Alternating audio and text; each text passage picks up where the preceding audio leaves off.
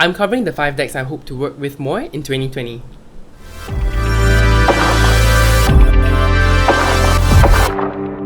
Hi everyone, this is Casper the Boy Diviner here today, and today I'm going to cover the 5 decks that I want to use in 2020.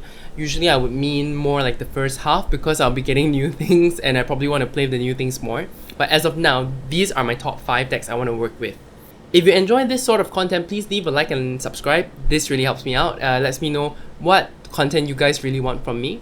More likes means you like it more, and that's what I will try to move my direction towards. So for these 5 decks, they're not tarot decks, they're not just oracle decks, not just tarot decks, they're just whatever I feel like using this year, this upcoming year in 2020. And let me start with the newest deck in my collection. This is the Carnival at the End of the World. And I probably will do a walkthrough of this along with a more in-depth review after I get to use the deck more. But so far I've been enjoying this deck a lot. I talked about this a few times about how my taste in decks have slowly changed towards liking decks that have a certain spirit per card.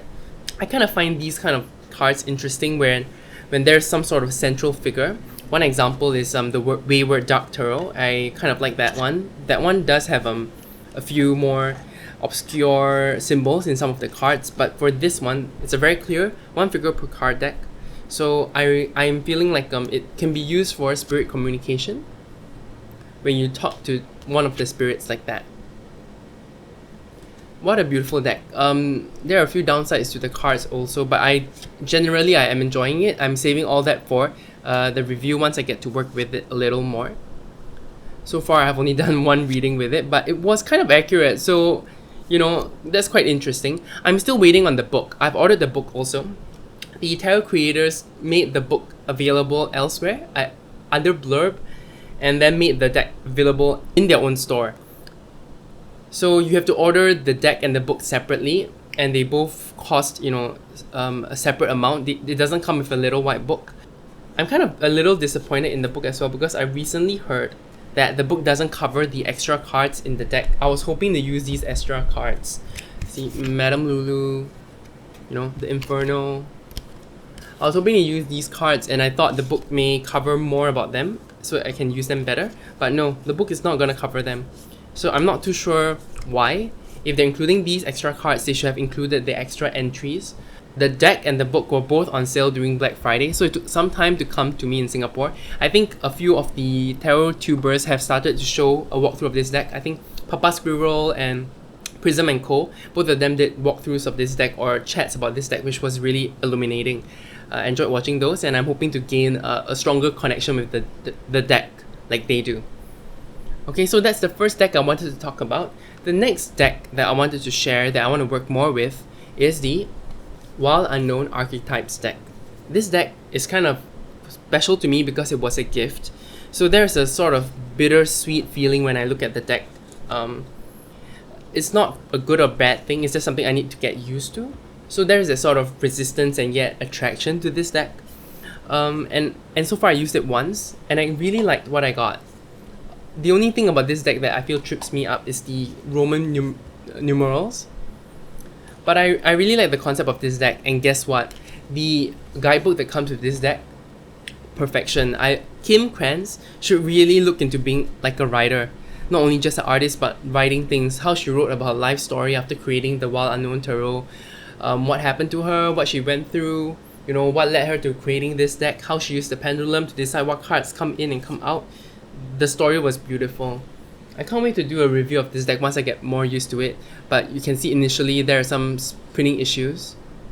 And this happens, with the Wild Unknown as well. I think I talked about it in my blog post. But still, a beautiful deck. Something that I really look forward to using. Have many ideas about how to use this deck, and I can't wait to get into it. One of the spreads that I recently used is basically, because it is split up into 4 things. The person, the place, the tool, and the initiation. So I did this. I did who am I today? Where am I today? What tool am I using today? And then who should I be? Where should I go?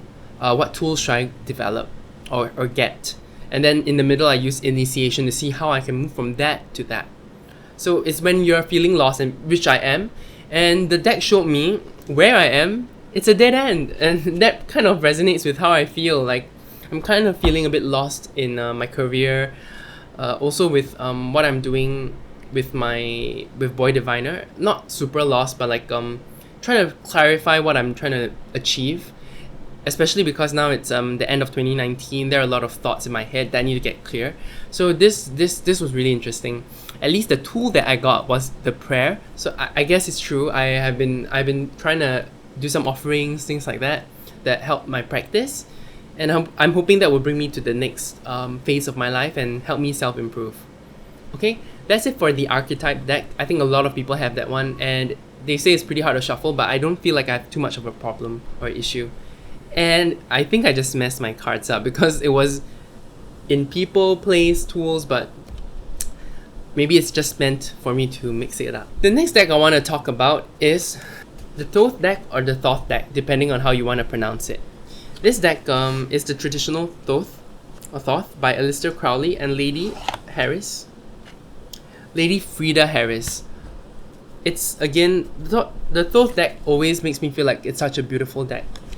The only thing is, I find it hard to read because of the pip style that it has, and that's basically what's stopping me. And even though I've really read Understanding Aleister Crowley's Thoth deck, I feel like there's a lot I can do to get better results with the Thoth deck, and it's kind of the tradition I want to try next year, apart from the RWS, which I'm pretty used to already.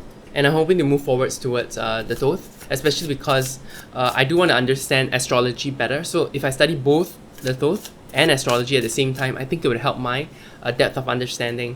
Even though I showed the Thoth deck here, which I'm hoping to work with specifically, I think I'm also open to learning with the other Thoth decks that I have, like the Thoth-based decks I have, like the Wayward Dark Tarot and the Tableau Mundi.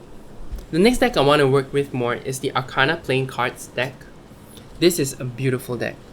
But because it's playing card based, it is pretty hard. What I do is I kind of place the RWS meaning on the card, even though that's not the right way to go. And this one has also the majors painted separately. Then it has the pips, which are beautiful. You can see the cup is there to remind you that hearts are cups.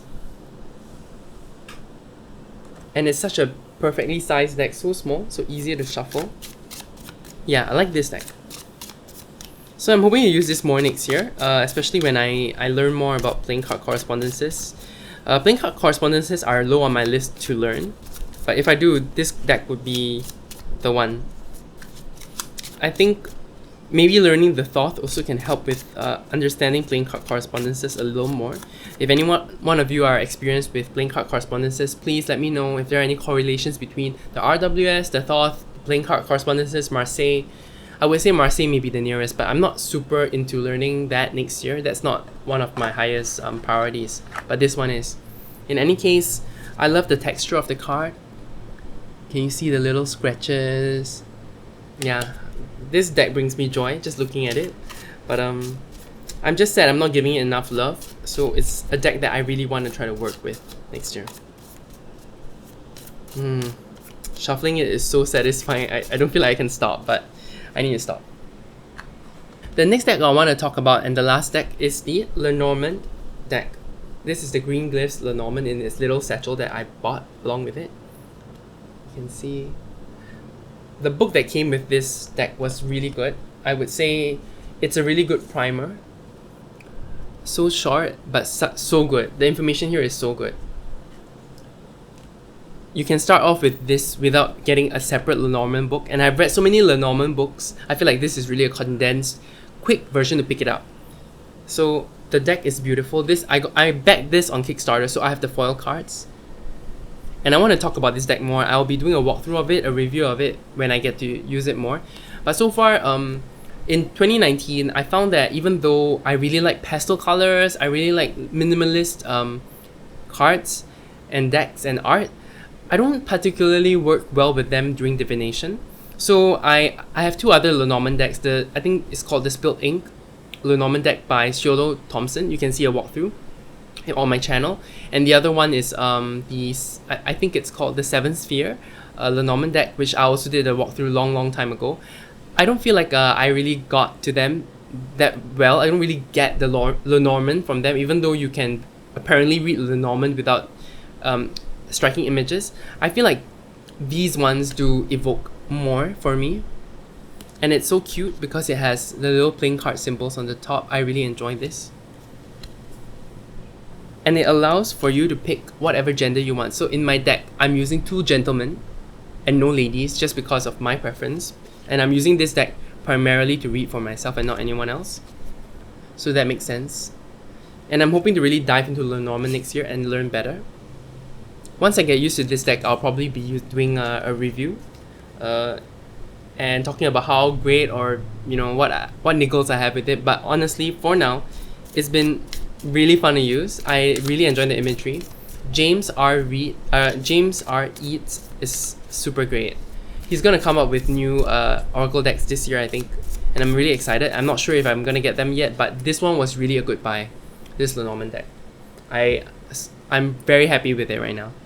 Okay, and then as usual, because I can't stop myself, one more last honorable mention is how I want to learn runes. I want to learn a bit more about runes next year.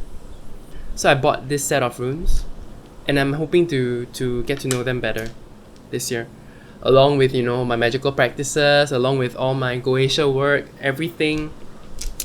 I think I'm hoping to do a depth year in 2020, but as of now, I feel a bit all over the place. I have so many things I want to do, so I'm so ambitious. I'm always so ambitious. So I'm just trying to find a great balance for 2020. If you have any tips, any ideas of how you can streamline your life or what I can do to really prioritize, let me know. I love productivity. It's one of my hobbies also, like I have a Notion account. If you want to learn more about that, you want to learn about how to plan your day, how I prioritize, I'm also more than happy to share that. And I hope this was an enjoyable video. If you enjoyed this video, enjoyed the 5 decks I talked about, have questions, comment, like, subscribe, it really helps me out. You guys have a great rest of the day. You take care. Bye!